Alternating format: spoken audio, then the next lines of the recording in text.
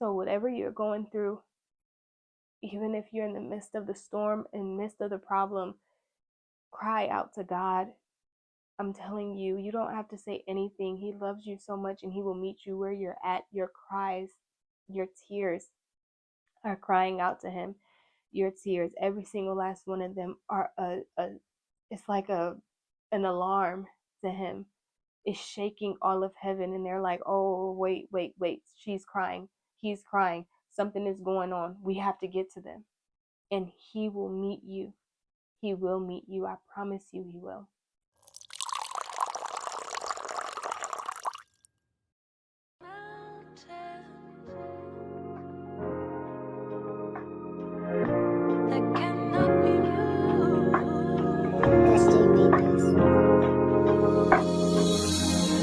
Love like a mountain that can. Welcome to Testimonies and Tea with me. I am Deja. I am your host for this podcast. If you are new here, I would love, love, love for you to please go watch our intro video so you can know all about this channel, this podcast, and who I am.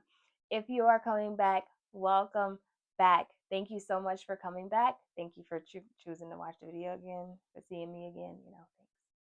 But as you know, go grab your tea. Today's tea is going to be It's a Setup.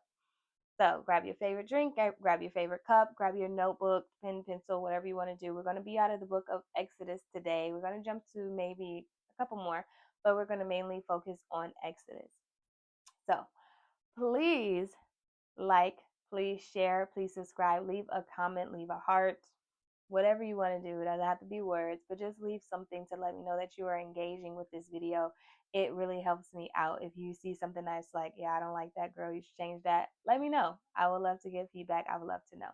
But without further ado, we're going to get right into the video. So go grab all your stuff, pause it, get ready, and we're about to get straight into it.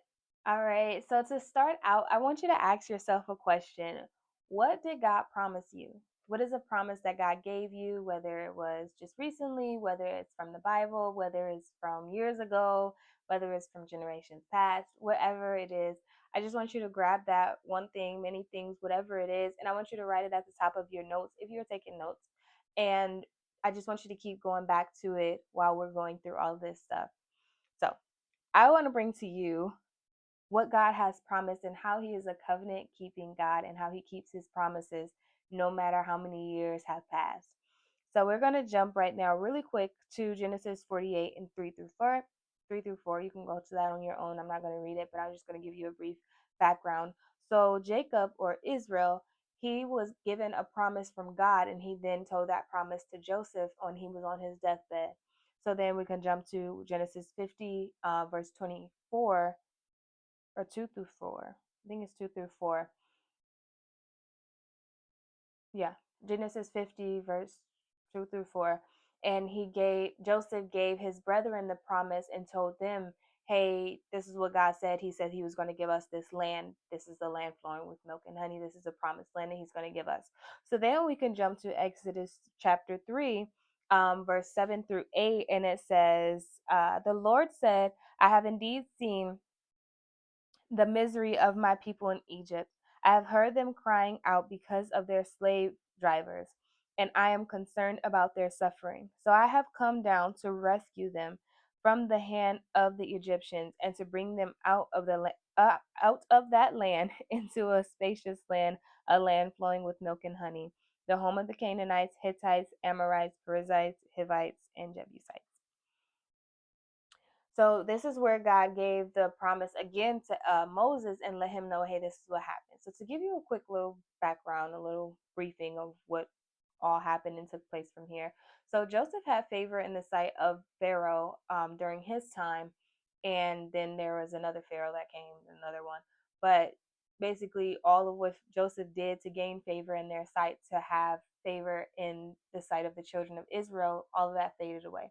So they then began to treat them really badly, and just they were really jealous and hateful just because God blessed them with abundance of being fruitful and multiplying. And they were like, there are too many, it's too many of them, and there's not many of us, and all of that stuff. So hatred, jealousy, all of that started spewing out of their mouths, and they just started treating the children of Israel really bad. So this is why God said, I've heard the cries of them, because they started crying out to God, like, hey, they're killing our children now. They're killing them in the Nile River. They're like doing all of this stuff. Like, when are you going to come and save us? Like, this was not the promise that you gave us. Like, what is going on? So they were in slavery and captivity and all this stuff. Moses done ran off into the wilderness and found him a wife, had a kid, and all that other stuff. And so now God is talking to him through the burning bush, and he's like, hey, you gotta go back to Egypt, okay? Like, you gotta go save these people for me, my children for me, not these people, sorry. But you gotta go save my children for me, and I need you to do this thing for me. So we can look at that as in our life. So I think this was about 400 years, because it's like Joseph passed away, then they were in captivity still. I don't know how long it's been. I really want to say that the historians say that it was like 400 something years that they were in captivity. I don't know if that was 400 years of them being like enslaved like miserably, or like half and half, or I don't know. But I know that they were in slavery regardless of for 400 something years. And God promised them that they would not be slaves anymore. So they're just waiting for that promise to come to pass. So that was like 400 years. Okay. So God keeps his promises. Okay. So no matter what your life may look like right now, God is a covenant keeping God. He is a covenant keeping God. He's going to keep his promises. He's going to fulfill what he said he's going to fulfill. So I'm going to jump kind of quick. We're just going to chop this story up real quick. So, when the enemy comes up against you, God will make an open spectacle of him. So, in the end of Exodus, that's why I said we're going to chop it up. We're going to jump. But at the end, you know what happened. He parted the Red Sea, and he literally killed all of the Egyptians that tried to chase them and all that stuff. So God, at the end of the day, is going to fulfill his promise. He is going to do what he said he's going to do. He is going to take care of the enemy, because when he looks at it, it's not any longer your enemy, but it's now his enemy. I brought an example, I think it's in the video, The Secrets to Forgiveness, but I gave you the example of when God is avenging you. When you see a little kid that's crying, like whether it's your child, whether it's your niece, your nephew, your little cousin, or you just see a kid on the street, because I know that I'm just like that. You get really frustrated, you get really angry, and you're like, oh no, who the heck done mess with this little one? And that's how God sees us. When you're crying out, when your adversary is coming up against you, when all of these things are happening to you, God is looking at it like, okay, who done offended my child? You know my favorite verse. If you offend one of these little ones, it was better for you to tie a millstone around your neck and be cast into the sea. That is God's promise. That is out of the mouth of Jesus. That is his promise. So when the children of Israel are crying out to God, God done orchestrated a whole entire plan before he even brought it to Moses. He's like, oh, I already got this. I just need you to say yes. I just need you to be obedient. I just need you to do what I'm saying, Moses. That's all I need from you. That's it. I will handle the rest. I will do the rest. I will do the heavy lifting. I just need you to do light work for me. I just need you to be obedient. So in Exodus, we'll see like a lot of times God first told him, hey, I'm going to harden the heart of Moses. I'm going to harden the heart of Pharaoh so that he will not let the children free. But he gave a promise. So Pharaoh's heart was hardened with each plague until God did the last one that he warned him of in the beginning. So I want to jump to that really quick, and that is in Exodus 4, verse 21b. So it says, I will harden his heart that he shall not let the people go. So that is what God said that he would do in the beginning. This is him still talking to Moses. This is what he said he would do with Pharaoh so that his promise will come to pass. Exodus verse 4, chapter 4, verse 22 and 23. It says, then say to Pharaoh, this is what the Lord says, Israel is my firstborn son. And I told you, let my son go so that he may worship me. But you refuse to let him go, so I will kill your firstborn son. This is the first thing that God said. Now, remember what we just said. He's a covenant keeping God. He's a promise keeping God. So now we're going to go through the story to break down how God actually moves when he gives a promise, how he moves and how he orchestrates that thing, okay? All of what God did is for his glory. And in Exodus, I don't know why I keep wanting to say Genesis, Exodus 7, verses 3 through 4 says, and I will harden Pharaoh's heart and multiply my signs and wonders in the land of Egypt. But Pharaoh shall not hearken unto you, that I may lay my hand upon Egypt and bring forth mine armies and my people, the children of Israel, out of the land of Egypt by a great judgment, or by great judgments.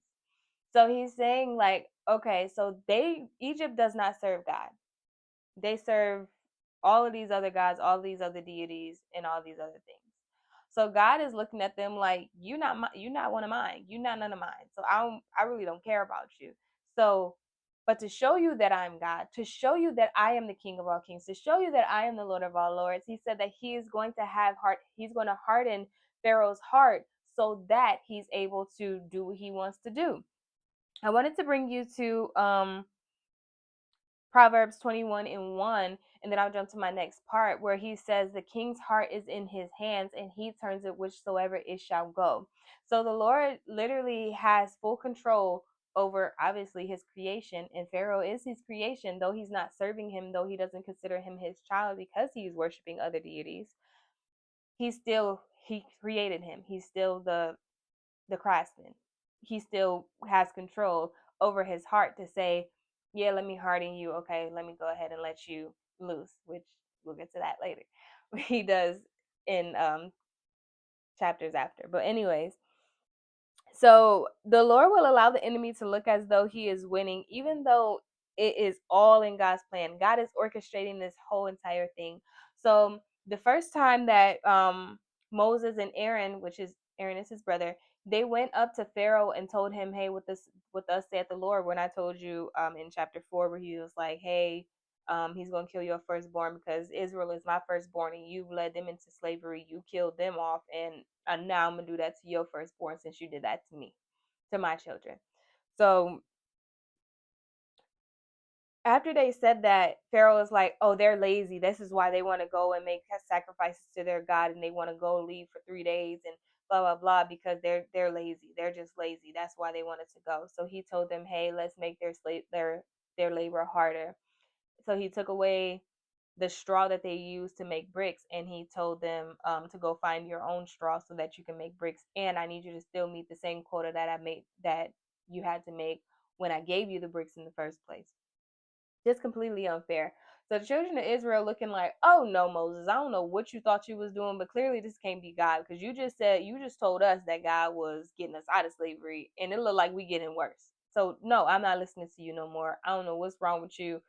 I don't know why we would listen to you in the first place. You done made our labor harder and all of this stuff." In the midst of all of that, Moses has to be sure. He has to know, like, I heard what God said. Remember, God didn't tell all of the Israelites all of this. He spoke through Moses to tell them. They didn't hear God's audible voice. So for you that's in the season, that may be in the season where God is like only speaking to you about this one thing, you have to stand still and know that he is God. You have to stand still and be firm and say, I know what I heard God say. No matter what other people say, it doesn't matter if pastors are speaking against you. Now, listen, you got to be sure and know for a fact, have a close relationship, and know that this is what God told you, because you got to be careful with that, because the devil can talk just as clearly to you. Okay? Been there, done that. I'm telling you. But make sure that your relationship with God is so keen right in this moment that you actually hearing him. Make sure that you having confirmations from God alone. Like, I didn't ask for this confirmation, but he gave it. Like, make sure that this is what God said. Make sure that it aligns with his word, all of that, so that you can know. But yeah, but make sure that nobody, no matter who is in a high authority, no matter who, or if a whole group comes against you, if you know, like, you were like, without a shadow of a doubt, God done confirmed it, God done approved it, God done spoke through his prophet who I trust and know is of God and know hears the voice of God. They don't like, I know that this is God. You're gonna have to deal with all the adversity that's going to come against you, because the devil does not want you to prevail. He sees the end. He knows what is going on.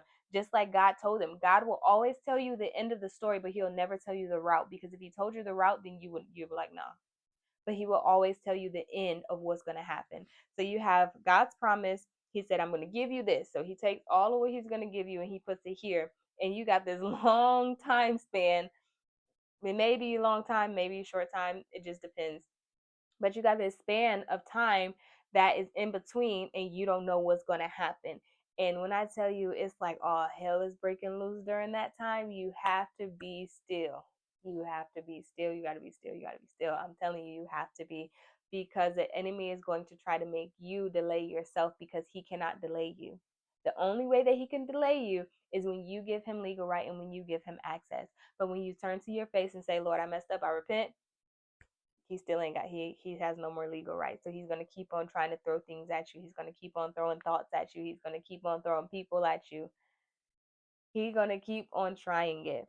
And it's gonna look like he's winning. It's gonna look like he's prevailing. It's gonna look like, oh Lord, all of my life is getting worse. No, baby, it's getting better. It is getting better. I promise you, it's getting better. You just have to be still. You just have to wait. You gotta cry, go cry. You're gonna cry for hours, days. Go and cry. Cry it out. Cry it out. Cry it out. I'm telling you. The only way that any of this will work is if you remain obedient to God's instructions. I'm gonna bring you to the story of Joshua really quick, but I want to hone in on this. Like, you literally have to be obedient. The key to all of this, the access key, the key, door, lock, everything to get to your next season is to be obedient to God. That is what that's what Moses had to literally do. Every single time that he told him, hey, go say this to Pharaoh, he had to go and tell it to Pharaoh. And every time Pharaoh was like, hey, I need you to take this plague away, he went to God and told him, hey, can you take this plague away? No matter how many, like, I mean, it's like the boy who cried wolf. Like, he's constantly going back and God said this, if you don't do this, he gonna do this. Pharaoh like, man, whatever. Oh, okay, so gotta go make this happen. Go do this. Make frogs appear. Boom. Okay. Pharaoh crying out. Okay, God. Pharaoh mad. Like, can you just stop this? Cause he mad again. Okay, cool. Then he goes back and he just, it's like a back and forth teeter totter thing, but he had to continuously be obedient in order for God's purpose to prevail. Like, he could not just be like, oh Lord, I'm not doing this no more. I done told this man so many times, you done already did all these plagues, Lord, it's cool. Like, he could have did that. He literally could have did that and been like, Lord, I'm not doing it. But he knew what the goal was ahead. He knew what he had to do. I'm sure during this whole time the Israelites is probably cussing him out, because the whole time they're still in slavery. They're still, Pharaoh never changed what he said that they had to do. So I'm sure this whole time they're still facing this even harder adversity, this, the hard slavery, all of this stuff, and they just have to sit there and be still and be like, okay, God, all right, God, okay, gotta keep going, gotta keep going, gotta keep chugging. Like, I'm sure that they're pissed at him, cussing him and his brother out every single day. Like, yeah, I see all these signs happening. I see all this stuff happening over here. I see him doing all this stuff to them. But why he don't just let us free? Why he don't just let us out? Why don't he just do X, Y, and Z? And it's like, many are the plans of a man, but it is the Lord's purpose that will prevail. At the end of the day, God is going to get the glory out of this. He's going to get the glory out of your life. He's going to get the glory out of my life, no matter if we do it willingly or by force. He's going to get the glory, because he has a bigger purpose in store. The one thing that God always tells me is, Deja is bigger than you. Every time that I get to complaining and murmuring and all of that stuff that the Israelites did, he says, Deja is bigger than you. It's bigger than you. So I'm telling you today, it is bigger than you. Just remember that every single time, repeat it and say your name. Like, for me, Deja is bigger than you. It has nothing to, like, yes, you're going to get the benefits of it. Yes, you are involved. Yes, you are in the crossfires. Yes, you are in the middle of it, but God is going to get the glory out of it no matter what. So just keep your focus on what I told you to put at the top of that page. Keep your focus on that. That is the goal. That is what I'm getting to, God. No matter what, you said it, you promised it, I am going to get it, God. You said that your word does not return unto you void, but it goes where you have sent it and it accomplishes where you sent it to go. So you said this word for me. I believe it, Lord. Your word aligns with it. You said in your word, whatever aligns with that. Keep hitting him with his word, keep on reminding him of his word, but keep going and keep tugging. I'm sure that the Israelites was like, bro, like it was better when you was gone. It was better before you gave the promise. It was better before you even said that you were doing any of this stuff. I'm sure that they said that. But I promise you, the end result, you'll be like, dang, I did go through all of that. Dang, I did happen. Because you will not look like your next season. You will not look like your new season. You'll be like, dang, I did go through that. And you will tell the story as if it never happened to you. It will be just as if it never happened. You will be justified. That means just as if it never happened. Okay, so keep your faith, keep pushing. I promise you it's worth it in the end. So, oh, to tell you about the story of Joshua. So, I'm gonna say this as quick as I can because I know I'll be dragging stuff out with stories. But so this in the book of Joshua, God gave Joshua the same promise that He gave Moses and everyone, the promised land. So He said, "Hey, I'm gonna give you the land of Canaanites, all of this stuff." So now it was time to go to war. So He told him, "Hey, go to Jericho and do X, Y, and Z in Jericho." And then he said, you'll take over Jericho area, AI, all of these other things. Then he gave him the instructions for Jericho. So instead of Joshua going to get the instructions for the next place, which was AI, he didn't go to God to get those instructions. So then guess what happened? He was completely defeated because someone in his camp did against God. So God revoked his promise and he said, "Hey, revoked his favor." And he said, "Hey, I'm not giving you this favor. I told you that you shouldn't have took this because you got an accursed thing with you. I'm revoking my power, my authority, my favor that I've placed on y'all so that y'all are able to go and take over and conquer all until you get that right." But Joshua never went to him and he never heard and sought the Lord concerning his next steps. Continue to stay focused, be obedient to God, and hear from Him. Hey, God, I feel like I heard you say this, but I done did this. So, what's my next steps? What do I need to do next? Keep going to God, keep Him in everything, because literally, just like Moses, he constantly had to keep getting another word of the Lord for what to do with Pharaoh. I'm sure that he was tired of it. He like, oh, here we go, another plague. All right, Jesus. All right. Oh, another. Well, he probably didn't say Jesus because Jesus wasn't there then. Whatever. Okay, God. All right, cool. And he just had to keep going. He had to keep being obedient. So keep being obedient. Keep hearing the voice of God. Keep going to God, saying, "Okay, what's my next instructions? What do you want me to do? You want me to wait? You want me to be quiet? You need me to go on warfare? You need me to go on a fast? What do you need me to do?" But make sure that you're doing exactly what God tells you to do, so that you can get to that promise quicker. Okay, that's the goal. God will allow everything around you to look like it is impossible, or even if it's getting worse, and it is all for His glory. Think about this. If you were able to say, "I did this, who's getting the glory out of that? You. God gets no glory out of that. So He's going to make it so that you literally cannot do anything. All you can say is, "I did what God told me to do. I did according to what the Lord said. All I did was pray. All I did was ask God. All I did was declare His word." Or I God didn't tell me to do anything. I had to sit here and watch all of it plummet, and then God raised it back up. Whatever your story is, it's not God if you can put your name on it. It's not God if you can say, "I did da da da da." If God isn't in that sentence, God didn't do it, and that thing is going to plummet and fall. So if there's anything in your life, any story in your life where you're like, "Oh yeah, I don't think God was in that," correct it, give it back to God. You may have made that thing an idol, maybe. Just saying, you may have made that thing an idol. So go back to God, give that thing back to God, and say, "Hey God, is this from you? Did you want this for me? Did I do this correctly? If not, God, here, you can have it. Take it away." Go to Him, check with Him, make sure that it's in alignment with Him. And if it's not, give it back to Him as quickly as possible. Okay, go throw that thing at His feet and say, "God, here you go. I think I made this thing an idol, but I want to give it to you before you take it away. Because when you take it away, it's hard. But when I give it to you, it's easier. So here you go. I'm giving this to you. Do with it as you must. Do with it as you must." And yeah, I know that your way is better. Your plan is better. So have your way. It's better to be humble now than to be humbled by God. You're seeing now how Pharaoh was humbled. He made sure that his heart was hardened toward to not obey God. He made sure that Pharaoh's heart was hardened so that he can continue his plagues.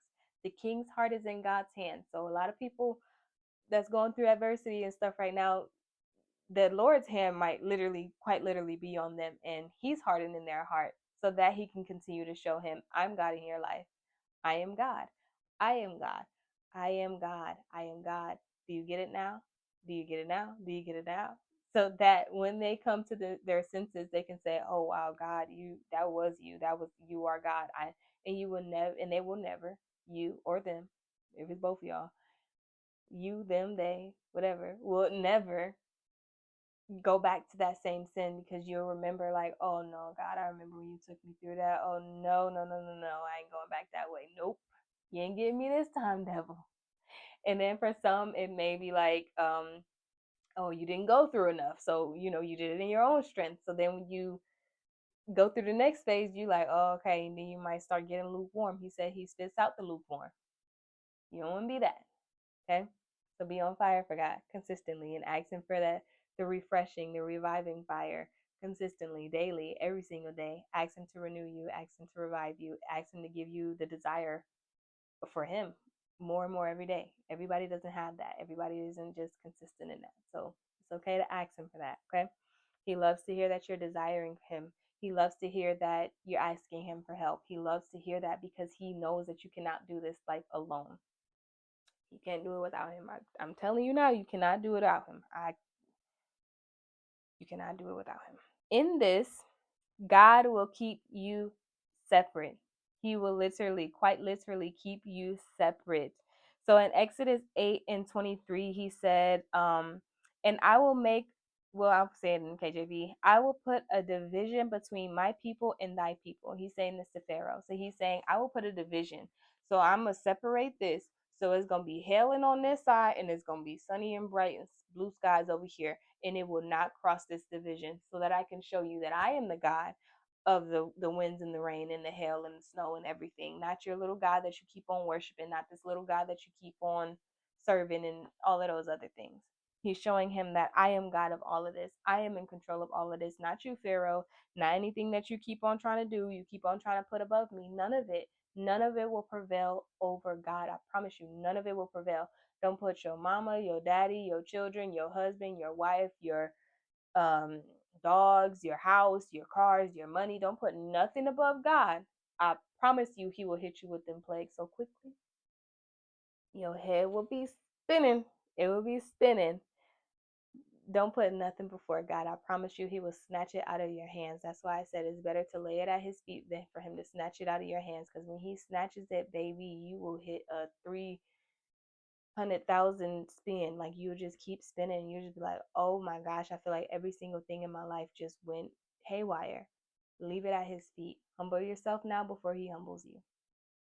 Get those idols out of your life, or you'll be hit like Pharaoh got hit, and He will harden your heart until He's gonna turn you every way but loose. Okay, and He will love you through it, because He still loves you. He still loves Pharaoh. I'm sure He did.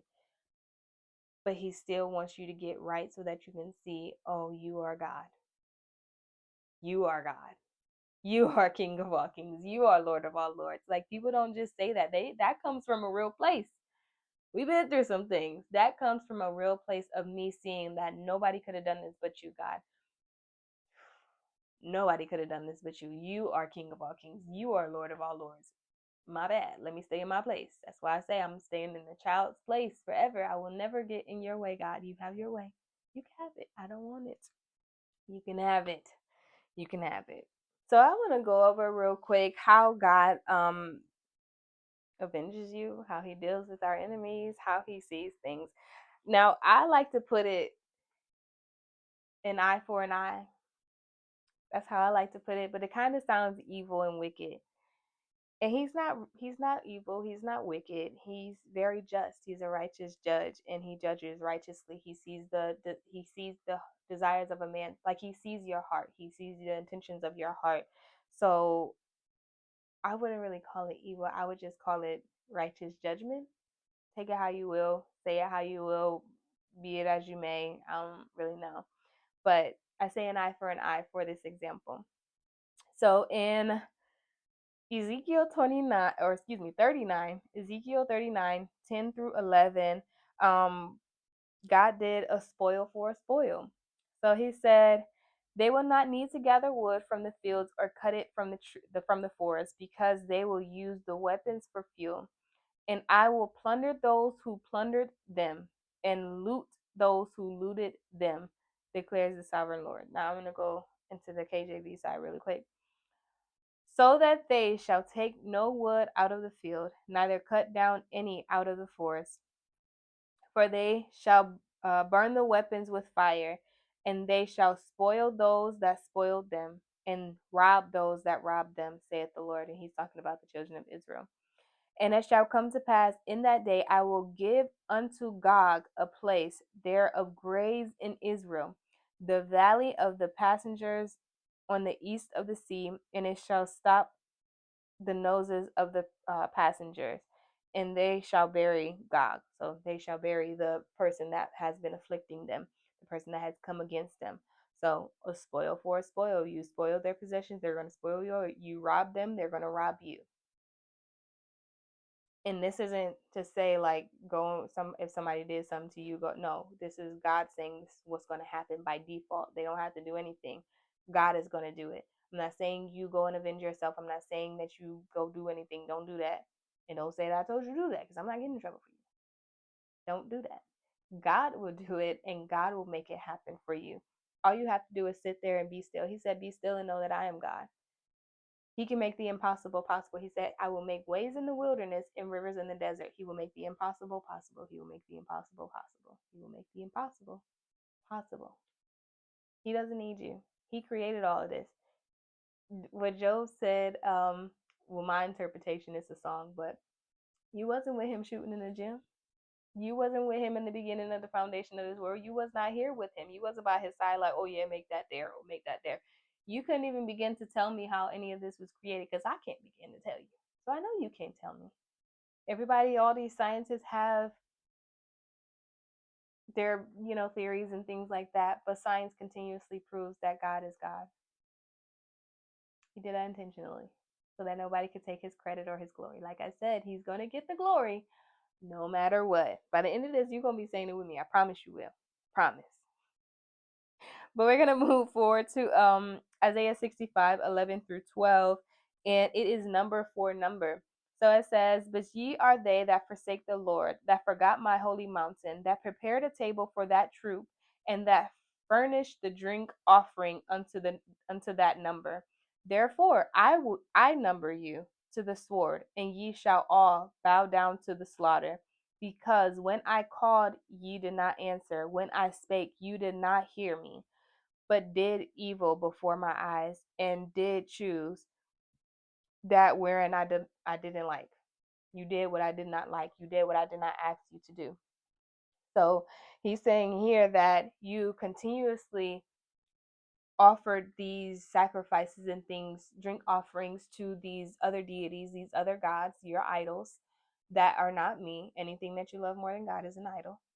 So all of these things you keep on giving yourself to. You keep on giving, giving, giving. So the number of things that you've given, given, given, that's how many numbers of swords I'm going to give you, give you, give you. And I'm not saying you. I'm just saying that's what he was saying in the story. Okay. So we're going to go to the next chapter, Isaiah 66, and it's a choice for a choice. So he that killeth an ox is as if he slew a man. He that sacrificeth a lamb as if he cut off a neck of a dog, cut off a neck of the dog, as if he cut off a dog's neck. I don't know what I was saying. I'm so sorry. He that offereth an oblation, as if he offereth swine's blood.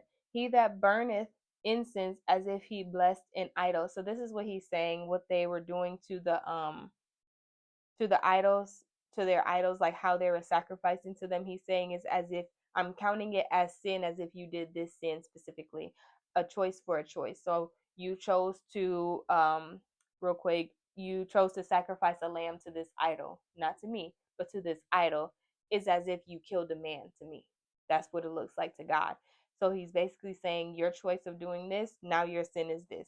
You chose to do this, now your sin is this. So he's basically saying you're going to give account to all of these things, and I'm going to equal it too, as if you did this thing to me. So we can go now to a cry for a cry. And this is in James 5 1 through 4. So he says, "Go to now, ye rich men, weep and howl for your miseries that shall come upon you. Your riches are corrupted, and your garnish or your garments are moth eaten. Your gold and silver is cankered." I don't know what that means. Oh, corroded. Okay. "And the rust of them shall be a witness against you, and shall eat your flesh as it were fire. You have heaped treasure together for the last days." So you stored up your treasures for these last days, even though I told you to give to the poor, pay your tithes. You did none of that. You kept and you stored your own money. You kept it for yourself. So now all of these things are going to be fought back against you. People, I'm assuming he means like his what do you call them, the homeless or the needy. They cried out and asked for help, and they were so stubborn with their money and so frugal with their money, and they're like, I'm not giving them no money. So God is saying, okay, just like they cried out and you did not hear them, you're going to cry out now, and I'm not going to hear you. So cry for a cry. So now let's get to my favorite one. Okay, sorry, this kind of sounds mean and kind of morbid, but whatever. So he says in Exodus 11, well, Exodus 4:22 to 23, what he promised him in the first place. Then he brought all these plagues, and then he brought that one to last. So he says in Exodus 11, 5 and 6, he says, "And all the firstborn in the land of Egypt shall die, from the firstborn of Pharaoh that sitteth upon his throne, even to the firstborn of the maid servant." So like he said that's behind the mill, so that's basically like the lowest of the lowest. So they considered the maid servant that plucked the corn, and she sat behind a millstone or a mill steel, whatever the mill thing. They consider her like the lowest of the lowest. Like that's the lowest servanthood you can get to. Like that's it's low. So he's saying all the way down to her. Her firstborn will be killed. And all the firstborn of the beast as well. So all of their animals and everything, dogs, cats, monkeys, whatever they had, all of them. And he said, "And there shall be a great cry throughout all the land of Egypt, such as there was none like it, nor shall be like any other." So this was the very first promise that he gave to Pharaoh. Like when he warned him at first, he's like, "Hey Pharaoh, if you don't let them go, I'm going to kill your firstborn, because I consider Israel my firstborn, and you beat them, you put them in slavery, and you killed them. So because you did all of that, I'm going to take your firstborn if you don't let them free now." God already knew what he was going to do. He's like, "Yeah, I'm just giving you a warning to let you know what I'm about to do." And, the rest is history, literally. So trust God's process and stay obedient. Don't get distracted. Don't get distracted about what's going on around you. Don't get distracted about all the plagues that's happening to that person, or all the plagues that just don't get in the crossfires. This is why I hone in, and I always, always, always, always try to tell everybody, forgive them selfishly, go on a forgiveness fast if you got to. I know Prophetess Tiffany Montgomery, she has a forgiveness fast. I think it's 3 days. She has it on her YouTube page. Go and do that. Go through 3 days where she gives you the information about that. Go watch The Secrets to Forgiveness. I'll link it above. Go and do that, because when I say it's important to forgive, don't let nobody get you in the crosshairs of what God is going to do. Because you'll get hit with those plagues that he's hitting that person with if you don't forgive, because he's looking at y'all as equal now. He has an ought against them. He has an ought against you now because you aren't forgive them. Forgive them selfishly. Do whatever you have to do, but forgive them, man. I'm telling you, forgive them. You don't want to reap the consequences of that. Check your emotions. Like, check yourself. Get in alignment with God. Like, please, please, please, I'm begging you. Please forgive them, whoever it is. I don't care. I know Bev Tucker said she had to forgive a little kid on the playground that hit her or something. Like, go all the way back to then. Like, forgive them. They owe me nothing. They owe me nothing, Lord. They owe me nothing. I give all that to you. I release them into my forgiveness. I walked through the steps of how to go through a prayer of forgiveness and how to let yourself free from all of that bondage, like the spirits that come with it and everything in the secrets to forgiveness. So I'm telling you, in your free time, go to the end and watch that part. Whatever you have to do, but forgive, forgive, forgive. I'm telling you, it's important. And it will set you free. Like you will literally have so much joy, and your whole countenance of your face will just lighten up once you've let that go, that heavy burden that you're carrying that you don't even realize that you're carrying it. Let it go. Deal with your emotions. So like the anger that you want to feel, it says be angry and sin not, judge with righteous judgment. Deal with your emotions. Don't gossip, okay? It's hard. Gossip to God. He already know. Okay, go gossip to him. Tell him everything that happened. I do. Shoot, because I can't tell everybody everything I want to say. Like, oh, that person pissed me off. Yeah, they ugly and they this. I tell him that stuff and not about. But I tell him all that stuff because I can't tell other people that stuff because it's considered gossiping. I'm not opening no door for the enemy. So, anyways, be still in conflict and be vigilant of the devil's devices. Be vigilant of his schemes, of what he tries to do, of what he's trying to do, what he's trying to gain access to you. He's trying to gain an inch to you. Like, don't let him do it. Don't let him have it. He's going to keep on trying to slither like a little snake into your mind and say all of these number of things to you to try and make you think otherwise about yourself, about the situation. He's going to try and make you think opposite of the situation in general. The promise, he's going to try and talk you out of it. Don't let him. Be vigilant to his devices. Like, learn him. The one thing I can say is your adversary. This is from what is it? Maverick. Oh, my favorite movie, Top Gun Maverick. He said, "Learn this, study this. You know this, so does your enemy. Your enemy knows this. He tried to tempt Jesus with it. He knows this, so he's going to try and use the Bible against you. He tried to use it against Jesus. Know your word for yourself and start listening to the voice of God. Start learning the voice of God for yourself. I'm telling you, he's going to try and use every single thing. The closer you get to that promise, that man is going to try the sneakiest stuff ever. Learn your enemy. Learn him. Learn your enemy. I'm telling you. It's important. Just like it's important to know this, he already knows this. The enemy already knows this. But know this and more. Know this and your enemy. Learn how he works and operates through this. Jesus showed you a prime example. He tried to sit here and deceive him. He's the Son of God. Like, are you kidding me? You turn that rock into stone. You can't. You throw yourself off and command the angels to come and get you. You can't. Like, oh, I don't like him. That will get on my nerves. But anyways, we just have a hate relationship, and I'm gonna keep it that way. Okay. This is more of a. I want to bring the tone down to actually hear some of your cries. I know that it's hard. I know that spiritual warfare is not fun.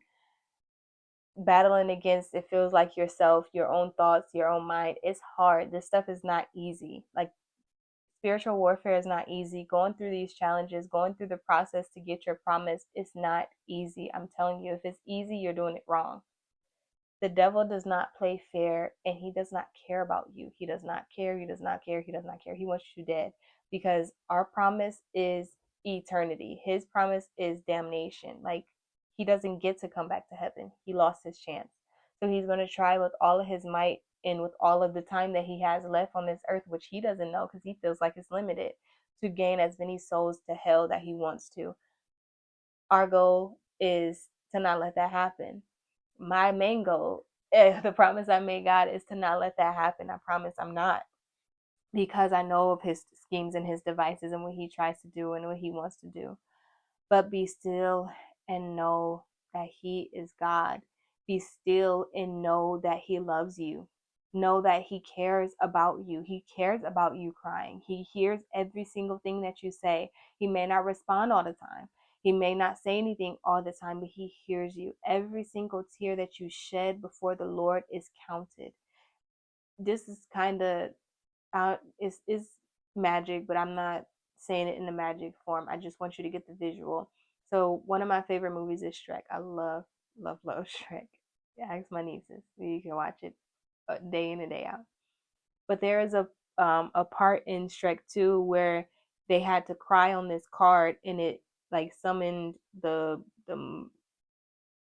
fairy godmother mother or whatever. But in the same way, imagine your tears dropping, your tears welling up in your eyes. God is, it's like it's stirring something in his heart, and it's like, oh no, no, no, one of my kids is crying, what's going on? That's how he sees it. That's how he views it. He loves you. He cares. I promise you he does. And every single time that you drop that tear, he counts every single last one of them. And I promise you, it's a woe against your enemy. If you don't know what a woe is, go to Revelations and look it up. It's horrible. But that is a woe against your enemy, against that person that is coming against you, against that person or that thing or that problem that has made you do that. He is counting every single last one of those tears, baby. I'm telling you, he is. And he is going to avenge you. He is going to bring that promise to pass. So I'm going to bring this with Dunson Oyekan. I hope I said that right. I'm sorry, sir, if you watch this. But he said this in his song, and it was so beautiful. He said, Sarah is telling you today, you will have your baby. Abraham is saying to you today, you can trust God. Gideon is telling you, you are enough. You are enough. You are enough. You are enough. You are fit for this battle. You are fitly, perfectly, wonderfully made. God made no mistake making you. You are enough. Samson, your hair will grow back. I want to dive in a little bit more because people may not know who Samson is. But Samson laid his head on Delilah. He thought he could trust her. And he told her the secrets that God had given him. And his strength was his hair. So she cut off his strength. So you will get your strength back. Where you feel weak, where you feel defeated, where you feel like you just can't do it anymore. The joy of the Lord is your strength. You will get your strength back. You will get your hair back, Samson. You will get your hair. Your hair will grow back, Samson. Trust in the Lord with all of your heart. Lean not unto your own understanding. In all your ways acknowledge him, and he will direct your path. I know to some this may just feel like words, but let this meditate in your heart and in your mind daily, and I promise you it will become life to you again. It says, grow not weary in well doing, for in due season you will reap, and if you faint not. You shall reap if you faint not. I don't know who said this, but someone said that the one thing that they love about a season is that it has an end. All seasons have an end. This is not your life. This is not eternity. This is just but a small little span in the length of eternity. This is a small span in your lifetime here, because God promised you something and he will make sure that it is fulfilled. If you don't do it for anything else, do it for this one thing. Think about your children. Think about the generations coming after you. If you don't do it, they will have to deal with this. If you don't fix it, they will have to fix it. The same battles that you're going through, they may have to get it even worse. Do it. Do it for them. Do it for you. Just get it done. And I promise you, God is walking with you side by side. He said, I will never leave you nor forsake you. I think that is literally what my cup says. I am with you always. Matthew 28:20. He is with you always. He will never leave you. He will never forsake you. I promise you, do not give up on God, because he will not give up on you. When your strength is running low, go before him and just cry out. Call his name if that's all you have left to say. He will meet you in the midst of it all. Even if you make mistakes, we all fall short of the glory of the Lord. Me, I do every single day. I cannot get it right for the life of me. And yesterday God told me, because I was like, why is it that all of these great men and women of God that you had, that have passed away, why was it like they were perfect in every single area but this one thing? And he was like, because Deja, if they were perfect, then they would be me. If they were perfect, then they wouldn't need me. Jesus is the only one that is perfect. So don't beat yourself up because you can't be. You're not him. You can never be God. You can never be Jesus. So don't beat yourself up about something that he just never created you to be. We are not created to be perfect. We're created to be his. We are created to depend on him. So depend on him. Lean on him. Lean not on your own understanding. Lean on him. He is our strong tower. Lean on him. He will guide you through. He will get you through it. Talk to him just as you talk to your best friend. Talk to him just as you talk to your husband. Like he is your best friend. He is your husband. Talk to him just as if he is that person. Whoever you find as your confidant in your life, talk to him just as you talk to them. He wants a relationship. That's all he cares about. He wants a relationship. He does not care about perfectness. He doesn't ask you to be perfect. He said be holy. Holy means separate. I know a lot of people think holy means perfect. No, holy means be separate. It doesn't mean be perfect. He knows you can't be perfect. So why would he ask something of you he knows you can't give him? Give him your heart and give him your life. Give him your time. That's all he asks you for. I'll leave you with this and I'm going to leave you with a story. So the land flowing with milk and honey, your promised land, however long you have been waiting for it, it is coming. It is coming sooner than you know it. It is coming. Keep having your faith. Faith is not what you see around you. If you can see the promise around you and it's not fully come, it's false. When the promise is fully come, you will see it in the little details. God is in the details, and it will blow your mind. But that land of milk and honey is waiting for you. Don't murmur and don't complain, because that's what kept the children of Israel in the wilderness for 40 years. More after they got out of the slavery, because they murmured and they complained against what God said. Don't do it. Just don't do it. As soon as you feel like a complaint coming up, as soon as you feel worrying coming up, God, I choose to trust you. God, you said this. God, I choose to trust you. If you have to repeat it until it's gone, repeat it. But that land of milk and honey is waiting for you. It is waiting for you. It is flowing with goodness and richness and abundance. It will be as a dream. It will be as if you're living a dream. But it is from God. It is a gift from God for your endurance and for you waiting and for you pushing and for you pressing. I promise you it's coming for you. Just trust in him.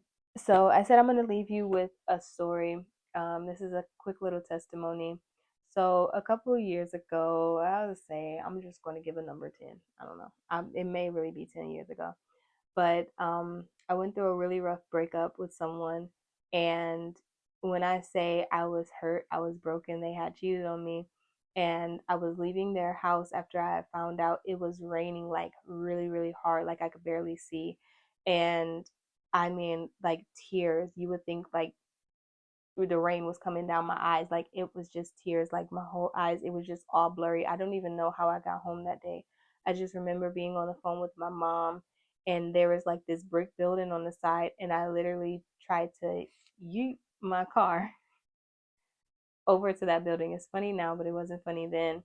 And I promise you, all I felt was a hand grab the steering wheel and keep it straight. Like I could not move it. I could not move it. I couldn't move. Like if I had to turn, I probably wouldn't be able to turn. Like that steering wheel was stuck. And I was going to just yeet it into that building and just end it all. I promise you I was. But I felt a presence. I'm not going to cry. But I felt the presence of God in that car next to me that day. I didn't call on him. I didn't say his name. All I did was cry. All I could do was cry. All I could do was cry. But he heard me and he knew my daughter is in trouble. My daughter is in need. And he came and he sat next to me and he would not let that car go other than to home.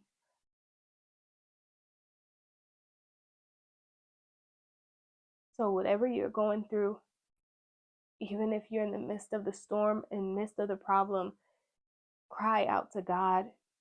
I'm telling you, you don't have to say anything. He loves you so much and he will meet you where you're at. Your cries, your tears are crying out to him.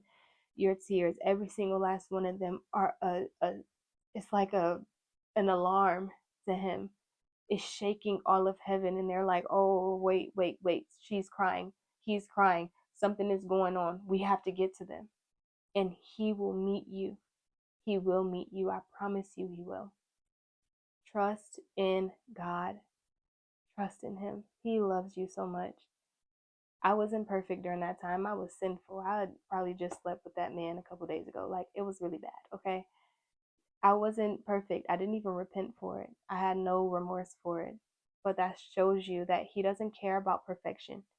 He cares about you, and he cares about your life, and he loves you no matter what. He sees the end. He sees where you're going to get it right. He sees the conviction after. He sees when you're going to say, okay, yeah, this is wrong. He sees the end. We don't. He knows your heart. He knows when you're just being wicked, and he knows when you're just in delusion sometimes, a little bit. But he knows, and he loves you through it all. So don't let anyone condemn you. He can't even condemn you, and he will never condemn you. Let the conviction be the conviction, and fix it when it needs to be fixed. But don't try to be perfect. Don't aim for perfection. Aim for his heart. Aim for him. That's it. So that's all I have for you today. Sorry if I made any of you cry. I love you. He loves you so much more. But yeah, I don't have anything else for you. Thank you so much for watching this video. I love you. I hope to see you on the next one later. Just as an eagle, I found freedom.